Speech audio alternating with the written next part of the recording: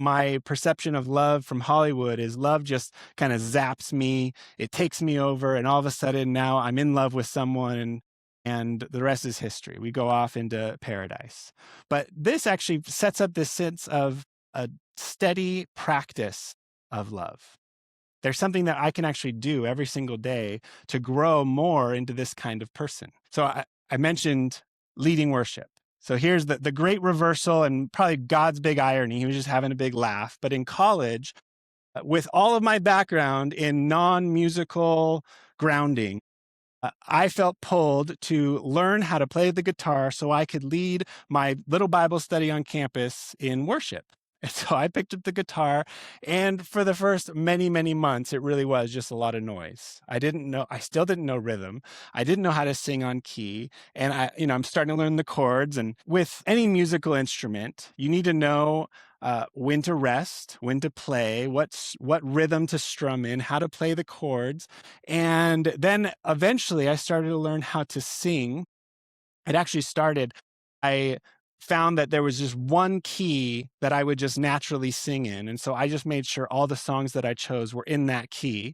So that's how it started. But then eventually, maybe it took about a year, and my very gracious Bible study stuck with me that entire time. I'm not sure why, but we muddled through it. And eventually I actually learned how to have rhythm. I could sing. And when I graduated college, I really did lead my campus fellowship in worship for several years. Nothing to the level of Jane and the team and all of that. I still don't know musical theory. I can't read charts or anything like that, but I can actually play a song. But it took a lot of practice, a lot. Every single day that year, I was picking up the guitar at least once and trying to figure out how to play this next song. And I think about that experience with what Paul is saying here.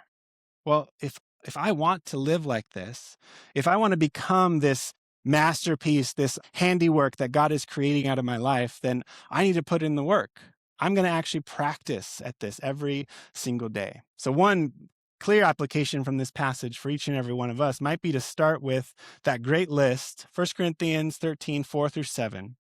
Let me read it one more time. And this time when I read it, the different attributes that he describes, that he adds to love, is there one that really jumps out at you? Maybe even a little convicting to say, ooh, that's an area that I could really grow in right now. That's an area that God wants to work in me, because it's not something that we have to feel bad about ourselves. It's not something that is going to just happen overnight, but it might take a lot of practice, right? It's like, okay, I need to learn that rhythm this week.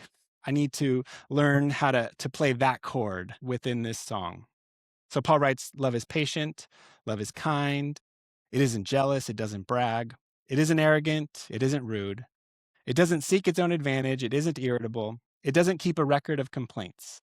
It isn't happy with injustice, but it is happy with the truth.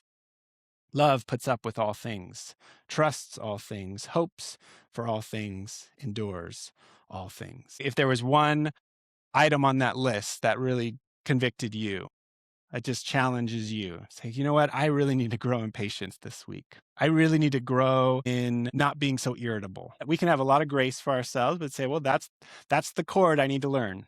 I'm going to practice that. Just like me picking up that guitar every single day. I'm like, I'm going to learn this song, whatever else I do. And so you're just going to keep learning. I'm going to drop my guitar. I'm going to break strings, but I'm going to keep pressing forward on that. And so maybe a question for us, a practical question would be to just stop and say, well, is there something in my life that I could change to grow in the practice of patience, to grow in the practice of not being jealous? Is there a practice that I could start to try out to do that? And if you need help, talk to the person next to you. Maybe together you could come up with some ideas. What are some practices that I could implement? Because I really do want to grow to be this kind of person. I am not anywhere close to this list yet. I haven't arrived. And this side of heaven, we will not arrive. But this sets up a practice for us to keep pursuing, to say, I want to become this. I want to have my life be a life in the key of love. And so I'm going to keep practicing.